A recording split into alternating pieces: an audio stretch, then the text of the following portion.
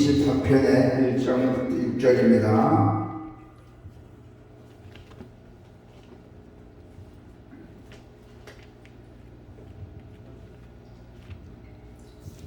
시편 817쪽인가 있을 겁니다.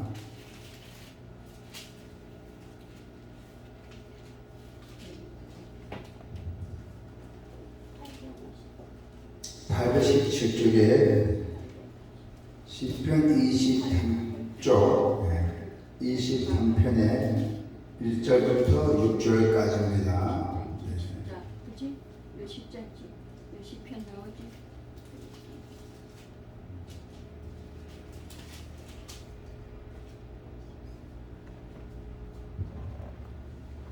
자, 다 함께 힘차게 하나님의 말씀을 봉독을 합시다. 다 함께 힘차게 1절부터 6절까지입니다. 시작. 여호와는 나의 목자시니 내게 부족함이 없으리로다. 그가 나를 푸른 풀밭에 누이시며 쉴만한 물가로 인도하시는도다. 내 영혼을 소생시키고 자기 이름을 위하여 의의 길로 인도하시는도다. 내가 사망의 음침한 골짜기로 다닐지라도 해를 들어오지 않는 것을 주께서 나와 함께 하십니다. 주의 지팡이와 막대기가 나를 안위하신나이다. 주께서 내 온수의 목적에서 내게 상을 차려주시고 기름을 내 머리에 부으셨으니 내 잔이 넘치나이다. 내 평생에 선하신가 인자심이 반드시 나를 따르리니 내가 여호와의 집에 영원히 살리리로다. 아멘. 예, 우리에게 양에게 목자가 필요하겠나? 자, 오늘 주님께서는 누가복음에 뭐라 하셨냐면은 너희 중에 어느 사람이 양 100마리가 있는데 그 중에 하나를 잃으면은 99마리를 들에 두고 그 잃은 것을 찾도록 다니시지 아니하느냐 했습니다. 또 찾은 즉 즐거워서 어깨에 맸대요. 그리고 집에 와서 그 벗과 이웃을 불러 모으고 말하되 나와 함께 즐기자. 나의 잃은 양을 찾아노라 하리라고 하였습니다. 양들의 형편은 아주 이처럼 잃어버린 고아와 자리에 벌어져 있다는 것입니다. 이 양들은 어디로 가야 할지도 모릅니다. 양들은 생각이 없는 양들이에요. 오늘날 우리 인생의 현주소는 어떠합니까? 벌어져 있는 미아의 자리에 있다고도 진단할 수도 있죠. 자아를 잃어버렸고 가정을 잃어버렸고 학업에 질린 자녀들을 부모를 잃어버렸고 또 취미생활에 빠져버린 남편은 가정을 잃어버렸고요. 돈벌이에 잘못되게 정신이 팔린 사람들은 진정한 인생의 목적을 잃어버린다는 것입니다. 결국 교도에 떠난 별처럼 추락하고 만답니다. 별이 자기 집 없으면 추락하잖아요. 그 뜻입니다. 소외된 숱한 사람들을 누가 바른 길로 이끌며 의미 있는 삶을 제시하게 됩니까? 누가? 자기도 살기 바쁜데, 자기 돈 벌기 바쁜데 누가 이렇게 좋게 인도하시냐는 얘기예요. 목마른 자에게 생수가 필요하듯이 배고픈 자에게도 떡이 있어야 하듯이 굶주린 영혼에게는 주님께서 목자가 되어 주셔야 한다는 것입니다. 아멘. 여기에 관한 사실들을 우리 양들의 특성을 보면은 더욱 절실하다고 말하게 됩니다. 어쩌면 여러 모양의 양들과 우리 범전 인생들과는 흡사한 점이 많이 있음을 발견합니다. 양들의 특성을 보면은 첫째, 독립적이지 못합니다. 양들은 하나님께서 창조하신 피조물 가운데서 가장 독립적이지 못한다는 것이죠. 혼자 두면은 두림이 많아서 또 넉넉한 풀을 뜯어 먹을 수도 없고 다양할지도 모릅니다. 혼자 두면은. 또 그뿐만 아닙니다. 양식을 비축할지도 몰라요. 이 양들은 적들을 대항해서 공격하거나 대항할 만한 어떤 무기도 갖고 있지 않습니다. 양들은 이처럼 연약한 양이므로 목자의 돌봄과 인도가 낮과 밤으로 평안할 때나 순탄할 때도 항상 필요하다는 것입니다. 목자가. 그래서 목자 없이는 하루도 살아갈 수 없는 동물이 바로 양입니다. 하나님의 자녀들은 어떡합니까? 하나님 자녀 여러분들은 아담 이후로 인간의 걸음을 어땠어요? 그들이 이룬 것이 무엇이며 또 내가 구한 것이 주님의 말씀처럼 뭐였냐면 너희가 나를 떠나서는 아무것도 할 수 없는 일이라 했대요. 경고를 줬대요. 하늘까지 닿게 하자며 쌓았던 그 높았던 그 탑, 그 탑은 도대체 어디에 있대요? 시대마다 있었던 용무호걸들, 시대마다 있었던 용무호걸들, 또 금은보화 지식과 권력들이 지금 이 시대에 얼마만큼 아주 평등하고 잘 살고 있겠습니까? 지금 우리나라가 실정이 안 좋잖아요. 대통령들이 나오게 되면 다 교도소 가고 용무호걸들이 이게 되겠어요? 그렇습니다. 자, 두 번째 뭐예요? 어리석어요. 양들은 어리석다는 얘기입니다. 풍성한 것을 찾지 못하며 위험한 것도 알지도 못해요. 양들은 이게 위험한 길인지 또 어떤 아주 감을 못 잡아요. 양들은 또 집에 찾아갈지도 몰라요. 양들은 그냥 졸졸 따라만 하지 자기 혼자 집을 못 찾아간답니다. 모든 여름이 되면은 겨울을 난 그 긴 털을 보기에도 가련하게 느껴져요. 개미도 겨울을 준비하잖아요. 개미도요. 개미도 겨울을 준비하는데 양들은 준비할 줄도 몰라요. 그래서 시편에 보면은 내가 이같이 꿈에 무지하니 주의 앞에 짐승이오나 그랬어요. 자, 우리가 무엇을 안다면은 얼마나 어느 정도는 알고 있습니까? 우리 인간들이. 그러나 사람이 어리석을수록 다 안다고 설치는 모습이란 참으로 가관입니다. 이렇게 주제 파악을 못하는 사람들이 시대마다 있어서 있죠. 어리석으면서도 어리석다고 생각하지 않는 그 어리석은 인간이 얼마나 불쌍합니까? 자, 그 결국 어디를 가요? 엉뚱한 길로 잘 나간다는 게요. 어리석은 양들은 좀 엉뚱한 데가 많이 있어요. 푸르고 녹록한 초장을 두고 엉뚱한 곳으로 가기를 좋아한다는 것입니다. 그래서 이사야 선지자는 우리는 다 양 같아서 그릇 행하여 각기 제가 제 길로 갔거늘 이사야 선지자 말이죠. 시대마다 갈 길로 가기를 좋아하는 그 이스라엘 백성들의 역사의 꿈을 성경과 일반 세속 역사를 통하여 알 수가 있죠. 자, 제 마음대로 했잖아요. 양이요. 제 마음대로입니다. 양들의 특징이라 할까요? 아니면 버릇이라고 하는 것이 옳을지도 모르겠습니다. 이들의 특성 중에는 하나는 위로 올라가기를 잘해요. 양들은 아주 위로 올라가는 걸 잘합니다. 올라가는 것이 잘못된 것은 전혀 아니죠. 그런데 다음이 문제예요. 양들은 올라갔다 하면 내려와야 되잖아요. 내려오지를 못해요. 양들은 그것도 모르고 막 올라가기만 하는 그 어리석은 제멋대로 사는 양들이에요. 그래서 목자가 필요하다는 것이죠. 우리 인간들의 모습은 어떠한지요? 끊임없이 올라가려고만 합니다. 권력과 재물과 명예를 가진 자들의 마음에는 결탄코 만족이나 자족함이 없죠. 오히려 가진 자들이 더 가지고 싶어서 안달나잖아요. 우리가 얼마나 양들과 유사한지 생각해 봐야 돼요. 독립적이지 못한 우리 인간들의 독립적인 것처럼 혼자 살아보려고 할 때도 얼마나 많습니까? 우리는 하나님을 떠나서는 아무것도 할 수 없는데도 불구하고 할 수 있는 것처럼 끊임없이 시도하는 것이 인생의 모습이에요. 세월은 짧습니다. 길지 않아요. 또 세월은 시냇물 같이 흐르는 게 아니라 아주 그 폭풍같이 흘러갑니다.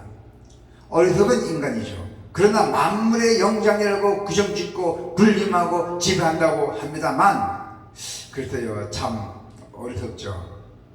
우리는 하나님을 떠난 인간들이 누리는 그 통치자의 모습이 고작 서로 묻고 헛뜯고 피 흘리고 그러잖아요.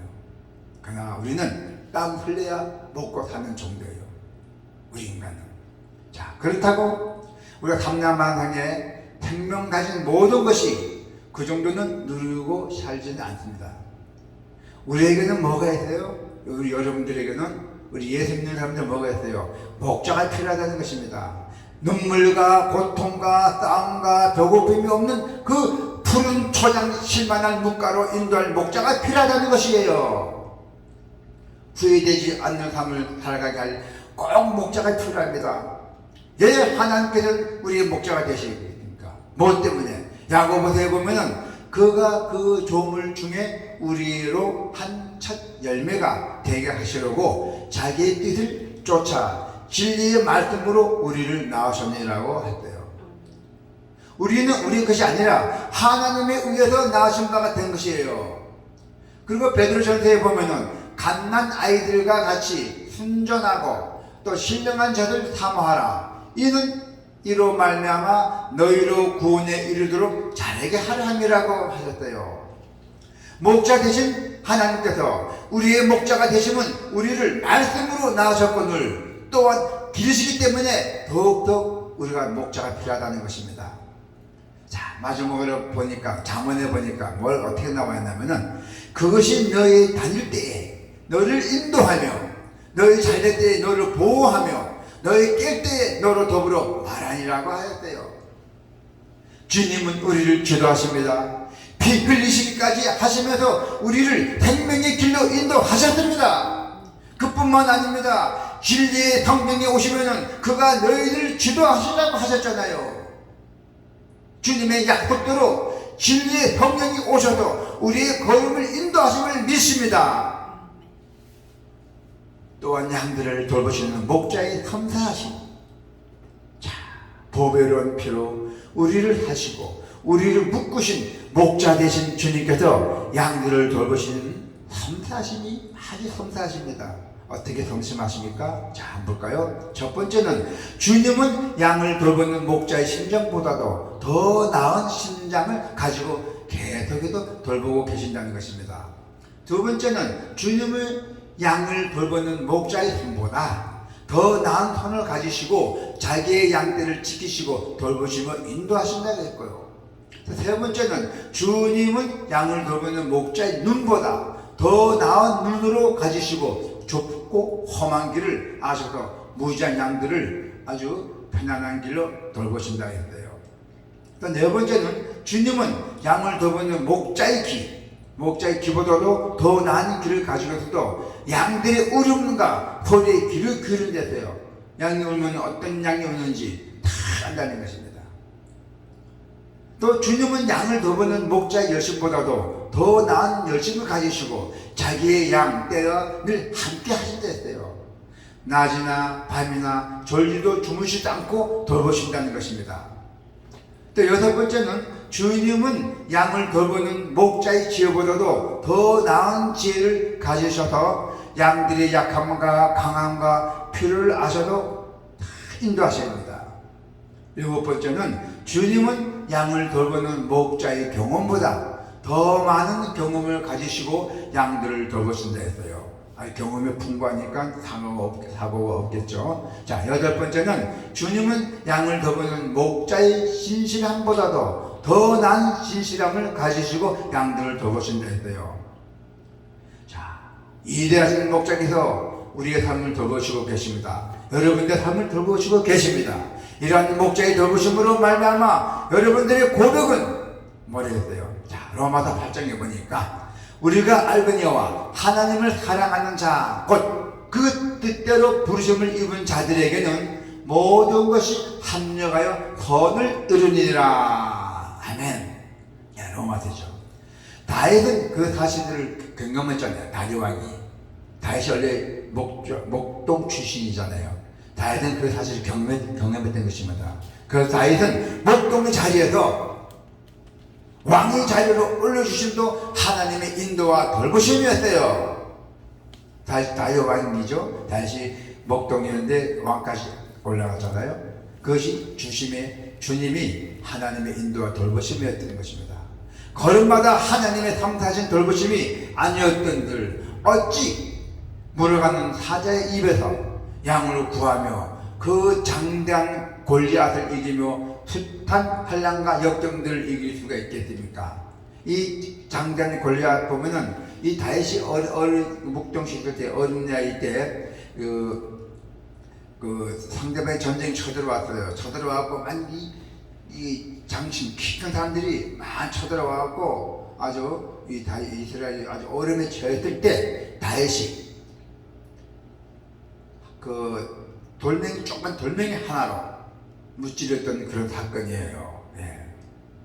그래서 다윗은 하나님의 은혜를 많이 받은 분입니다. 네. 드디어 다윗이 고백합니다. 다윗이 어떻게 고백했어요? 여호와는 나의 목자라는 것입니다. 고백이 여호와는 나의 목자라는 것입니다.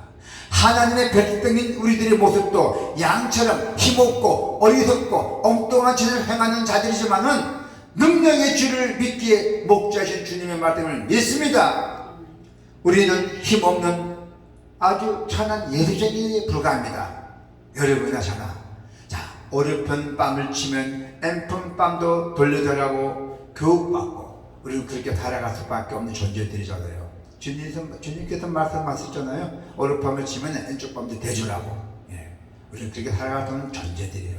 그러나 누가 복음에서는 적은 무리요 무서워 말라 너희 아버지께서 그 나라를 너에게 주시기를 기뻐하시니라는 말씀이 확실히 믿습니다. 우리는 가진 것 없고 못나고 부족하고 남들이 알아주지 않는 예수쟁이 불가해요. 뭐 예수 믿는 돈이 나옵니까? 안 나오잖아요. 우리는 진짜 천한 사람이죠. 그렇지만 목자께서 나를 어떻게 축복하실지 어떠한 풍성한 곳으로 인도하실지 이 추운 겨울에 다가올 때면은 따뜻하고 풍성이 예비된 곳으로 인도하실 줄로 믿습니다. 자, 우리는 항상 설레는 마음을 갖고 세상을 살아가고 있잖아요. 자, 성도 여러분, 우리 좋으신 하나님, 전지전능하신 하나님, 오늘 예배에 참석하신 우리 주의 자녀들을 위해서 예배하신 축복이 굴러오는 소리가 들리지 않습니까? 오늘 예배로도 오늘 하나님의 말씀을 듣고 지금도 축복의 굴러오는 소리가 들리지 않습니까? 눈으로 볼 듯하고 손으로 잡힐 듯한 그 감격의 설레임, 오늘 주님의 은혜와 많은 축복받기를 축원합니다. 아멘.